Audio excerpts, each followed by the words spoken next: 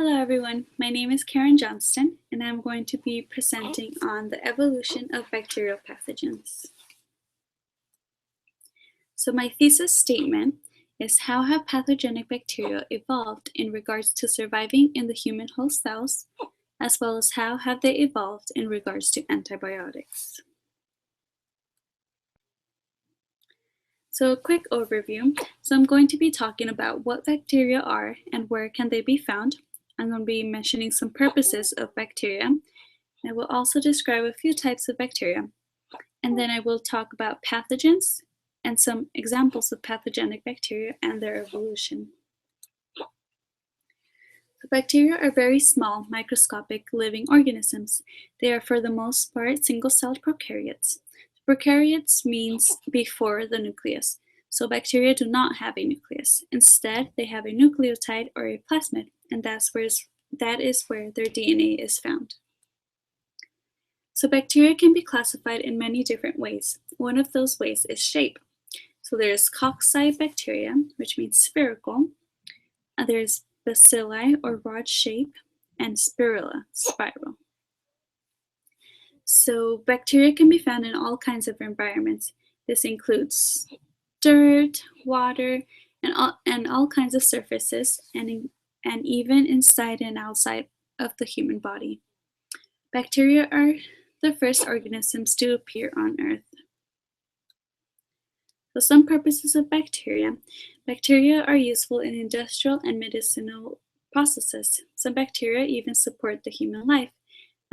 Bacteria are used to make antibiotics, and they are also used to create certain proteins of interest, for example, insulin. Bacteria are also used to degrade organic compounds in soil in order to grow certain plants. Bacteria living in the gut also help the animals digest food. These bacteria in the gut are known as the normal flora or microbiota. Bacteria are also used to make certain foods, for example, cheese, yogurt, and vinegar. The types of bacteria. There are many different species of bacteria. Most bacteria are harmless and beneficial. However, there are some bacteria that are harmful, and these are known as pathogens or pathogenic bacteria. So pathogens are the disease-causing organisms. Pathogens can be bacteria, can be viruses, fungi, parasites, protozoa, and even protein. But we will be focusing on the bacteria. Pathogens thrive and feed off of human host cells. Pathogenic bacteria can be found in food, water, hospitals, and can be contracted through direct contact when you have open wounds. So pathogens release toxins or poisons, and then these toxins and poisons are what cause the disease. Normal flora bacteria can also be pathogenic. Pathogens can cause diseases like diarrhea, food poisoning, pneumonia, cholera, strep throat, and whooping cough. Most diseases caused by these bacterial pathogens can be treated with antibiotic. Some antibiotics include penicillin, methicillin, and rifampicin.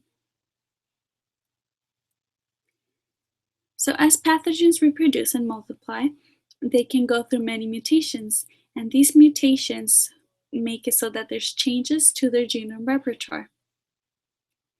These mutations can happen through gene acquisition and gene deletions. Mutations create new characteristics and traits, and these new characteristics and traits help pathogens survive better in the human host. So the three examples of pathogenic bacteria that I will be discussing are Mycobacterium tuberculosis, Staphylococcus aureus, and Clostridium difficile. Mycobacterium tuberculosis. This bacterium is a gram-positive, which means thick cell wall. It is aerobic, which means it needs oxygen in order to survive. It was first discovered in 1882. Mycobacterium tuberculosis primarily infects the respiratory system, infecting the lungs. It is also the causing agent of tuberculosis, or also known as TB. So Mycobacterium tuberculosis also affects bones and central nervous system. TB kills about 2 million people each year, and TB is spread through aerosol droplets. Mycobacterium tuberculosis. It has evolved through the years by creating new drug-resistant strains. It has gained characteristics such as slow growth, dormancy, complex cell envelope, intracellular pathogenesis, and genetic homogeneity. Mycobacterium tuberculosis has gone through mutations that allow it to be resistant to certain antibiotics. There are strains that are resistant to rifampicin, and these have emerged due to alterations of Mycobacterium tuberculosis' RNA polymerase.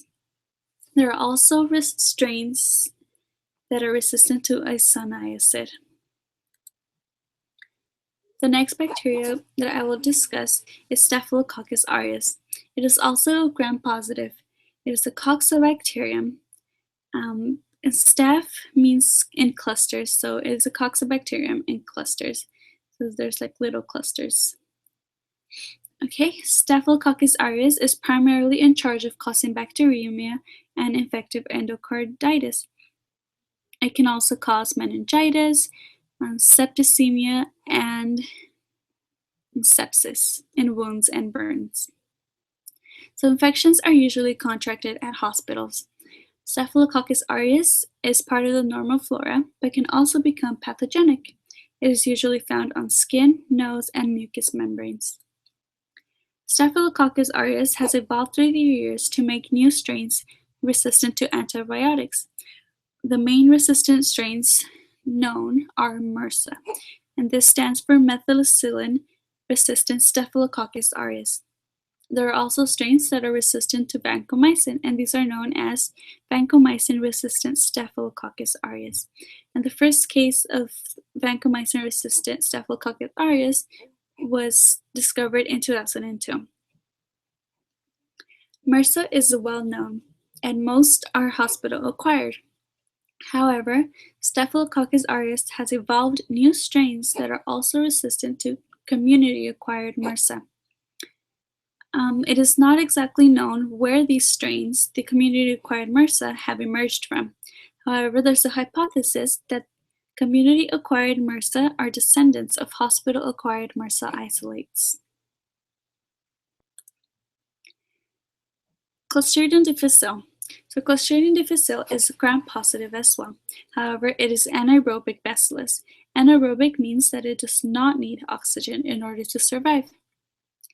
Clostridium difficile, also known as C. difficile, is a major enteric pathogen worldwide. It is also part of the normal flora, but can also become pathogenic. It usually colonizes in the large intestine. It releases toxins that cause colitis, and this gives the person infected diarrhea and fever, among other symptoms. It is transmitted through fecal-oral route. There was a study in 2011 that identified 453,000 cases of C. difficile infections and 29,000 deaths. C. difficile is a growing concern at hospitals. The people who are at most risk or most affected are people who take a lot of antibiotics, and this is because taking a lot of antibiotics can weaken your microbiota, the good bacteria.